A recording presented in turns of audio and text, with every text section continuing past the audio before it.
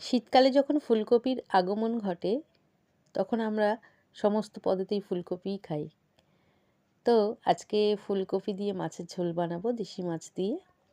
বাজার থেকে আমি আজকে জাপানি পুঁটি এনেছিলাম, তো সেটা দিয়ে আজকে ফুলকপির ঝোল বানাবো।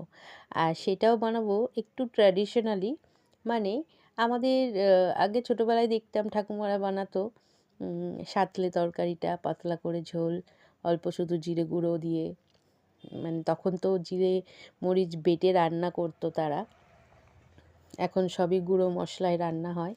তো আমি সেই ট্র্যাডিশনালি রান্না করব আজকে।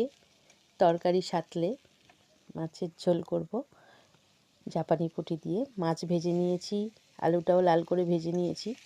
এখন একটু আমি ভেজেই রান্না করছি, কারণ আগেকার ঠাকুমারা শুধু সিদ্ধ করেই রান্না করতো।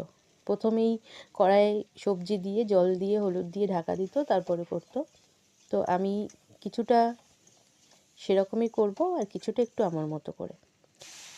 তো ভাজা ফুলকপি, আলু, সেগুলো সব দিয়ে মশলা দিয়ে ধনে গুঁড়ো, জিরে গুঁড়ো, হলুদ গুঁড়ো, ঝাল, নুন সমস্ত কিছু দিয়ে তরকারিটাকে সিদ্ধ করে নিয়েছি। এবং যখন সিদ্ধ হয়ে গেছিলো মাছগুলোকেও দিয়ে দিয়েছিলাম, ভেজে রাখা মাছগুলোকে।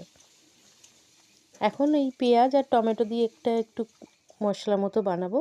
বানিয়ে যেহেতু সব গুঁড়ো মশলা তরকারিতে আগেই দেওয়া হয়ে গেছে, সেই জন্য শুধু এটাকে একটু ভাজা ভাজা করে নেব। আর নুনের পরিমাণ কম দিয়েছিলাম বলে পেঁয়াজের ওপরে, টমেটোর ওপর নুনটা একটু দিয়ে দিলাম। দিয়ে আর হয়ে রাখা তরকারিটা, সাতলানো তরকারিটা দিয়ে দিলাম। এই হলো সাঁতাল দেওয়া তরকারি। তো বন্ধুরা, আপনাদের কেমন লাগে সাঁতাল দেওয়া তরকারির টেস্টটা অবশ্যই কমেন্ট করে জানাবেন, আর ভিডিওটা লাইক করে দেবেন।